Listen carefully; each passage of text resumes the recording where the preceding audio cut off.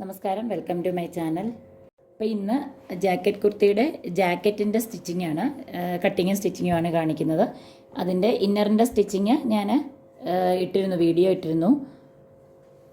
പിന്നെ ഈ jacket stitch ചെയ്യാനായിട്ട് ഞാനിവിടെ എടുത്തിരിക്കുന്നത് 2.5 മീറ്റർ ഇക്കത്തിൻ്റെ ക്ലോത്താണ്. ഇത് പ്യുവർ ഹാൻഡ്ലൂം ക്ലോത്താണ്.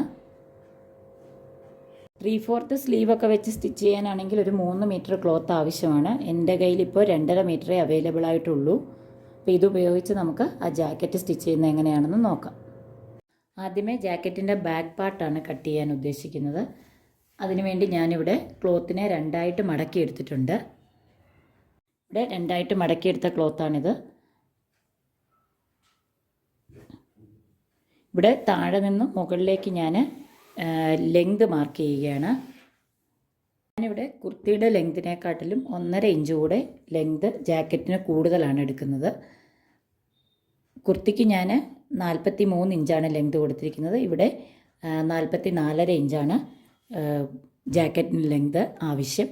അതിൻ്റെ കൂടെ 2 ഇഞ്ച് സീം അലവൻസും കൂടെ ചേർത്ത് 46.5 ഇഞ്ചിൽ മാർക്ക് ചെയ്തിട്ടുണ്ട്. ഇവിടെയാണ് 46.5 ഇഞ്ച് ലെങ്ത് വരുന്നത്. ഇവിടെ നമുക്ക് ഷോൾഡർ മാർക്ക് ചെയ്യണം. ഇന്നർ കുർത്തിയിൽ ഞാൻ ബാക്ക് നെക്ക് 4 ഇഞ്ച് ഡെപ്ത് കൊടുത്തിരുന്നു. അതുകൊണ്ട് അവിടെ ഷോൾഡർ ഞാൻ എടുത്തിരുന്നത് 7.5 ഇഞ്ചാണ്. ഇവിടെ ഞാൻ ബാക്ക് നെക്ക് 1 ഇഞ്ചേ ഇറക്കുന്നുള്ളൂ. അതുകൊണ്ട് ഫുൾ ഷോൾഡറിൻ്റെ ഹാഫാണ് ഇവിടെ ഷോൾഡർ വിഡ്ത്തായിട്ട് കൊടുക്കുന്നത്. ഇവിടെ എനിക്ക് ഫുൾ ഷോൾഡറിൻ്റെ ഹാഫ് വരുന്നത് തയ്യൽ തുമ്പ് ഉൾപ്പെടെ 8.5 ഇഞ്ചാണ്. അതാണ് ഞാനിവിടെ മാർക്ക് ചെയ്യുന്നത്.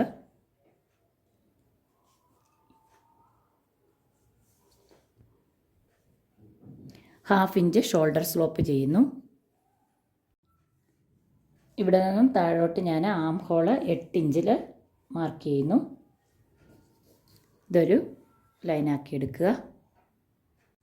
ഇവിടെ ചെസ്റ്റ് ലൈനിൽ ചെസ്റ്റ് മെഷർമെൻറ്റിൻ്റെ 4/1 മാർക്ക് ചെയ്തെടുക്കണം.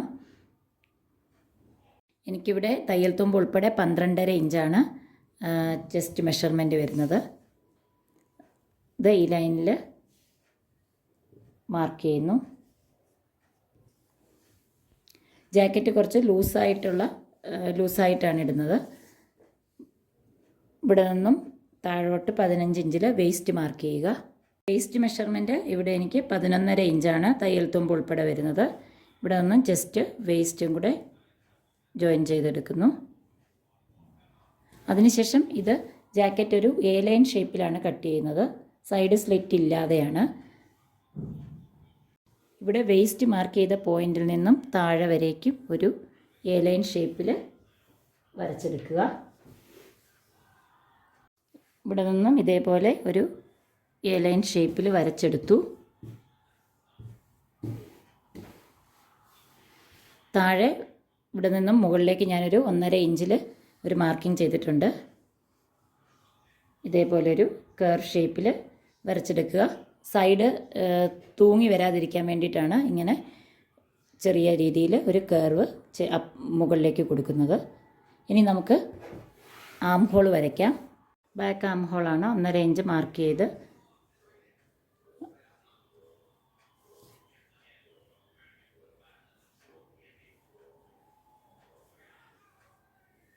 Arm hole വരച്ചെടുക്കുക.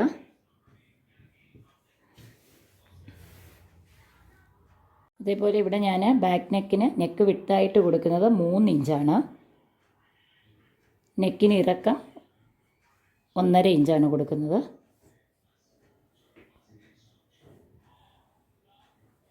ഇവിടെ നിന്നും ഷോൾഡർ സ്ലോപ്പ് വരയ്ക്കുക.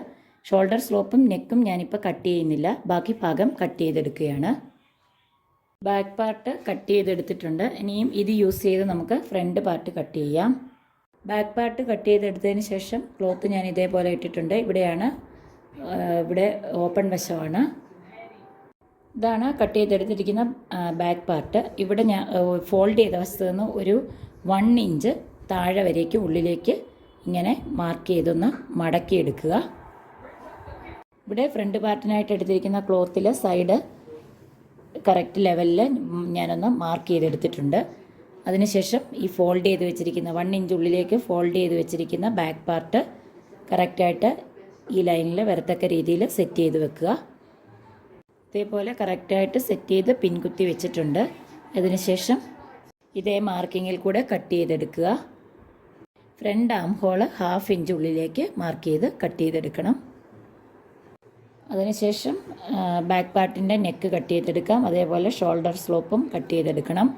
പിന്നീട് ഫ്രണ്ട് പാർട്ട് കട്ട് ചെയ്ത് വെച്ചിരിക്കുന്നത് ഇവിടെ ഈ ഓപ്പൺ വശത്ത് നിന്ന് 2 ഇഞ്ച് മാർക്ക് ചെയ്ത് താഴെ വരേക്കും 2 ഇഞ്ച് മാർക്ക് ചെയ്തെടുക്കുക. അത് നമുക്ക് ഫോൾഡ് ചെയ്തെടുക്കാനുള്ളതാണ്. അതിനുശേഷമുള്ള പാർട്ടിൽ ഷോൾഡർ സ്ലോപ്പ് കൊടുക്കണം. 1/2 ഇഞ്ച് ആം ഹോളും ഉള്ളിലേക്ക് കട്ട് ചെയ്ത് മാറ്റുക. ഇവിടെ ഓപ്പൺ വശത്ത് നിന്ന് 2 ഇഞ്ച് മാർക്ക് ചെയ്ത പോയിന്റിൽ ഒരു മാർക്കിംഗ് കൊടുക്കുക.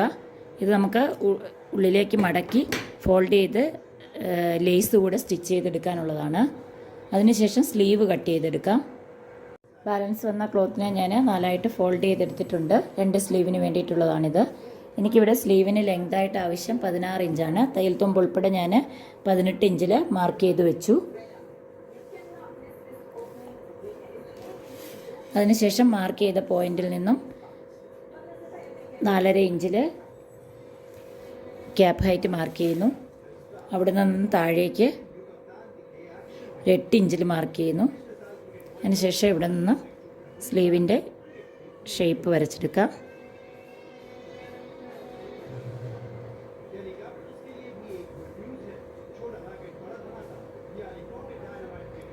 ഹാഫ് ഇഞ്ച് ഉള്ളിലേക്ക് മാർക്ക് ചെയ്ത് ഫ്രണ്ട് ആം ഹോളോടെ ഫ്രണ്ട് സ്ലീവിൻ്റെ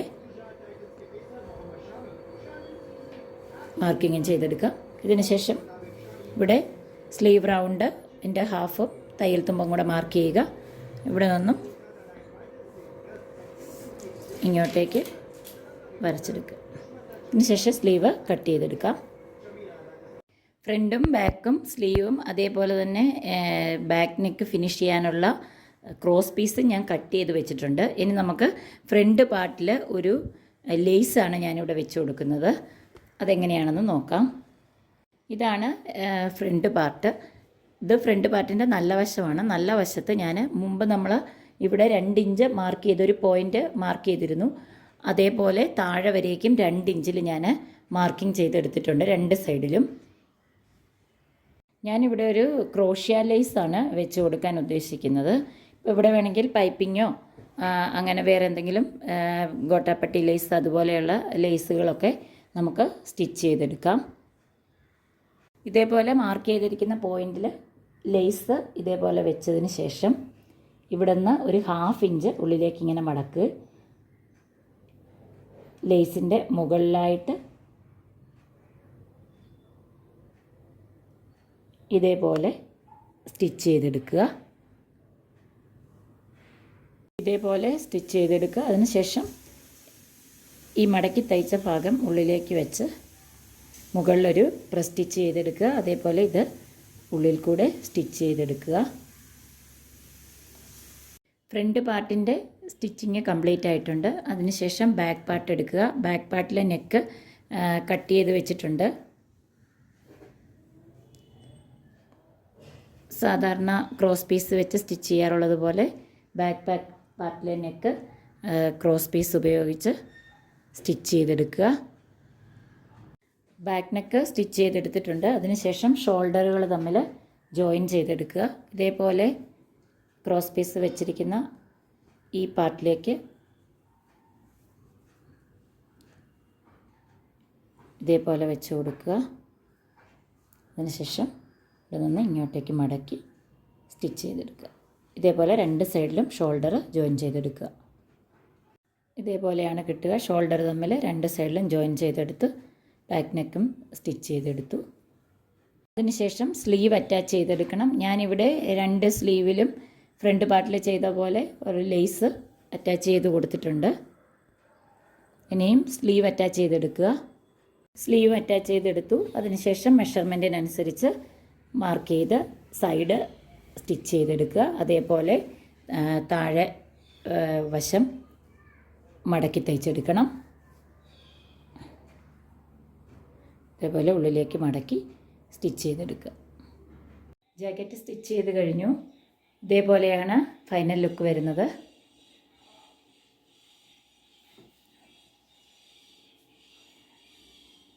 എല്ലാവർക്കും ഈ വീഡിയോ ഇഷ്ടപ്പെട്ടെന്ന് കരുതുന്നു. ഇഷ്ടപ്പെട്ടെങ്കിൽ ഒന്ന് ലൈക്ക് ചെയ്യുക, അതുപോലെ ഒന്ന് ഷെയർ ചെയ്യുക, ചാനലൊന്ന് സബ്സ്ക്രൈബ് ചെയ്യുക. അടുത്ത ഒരു വീഡിയോയിൽ കാണുന്നതുവരേക്കും എല്ലാവർക്കും ബൈ.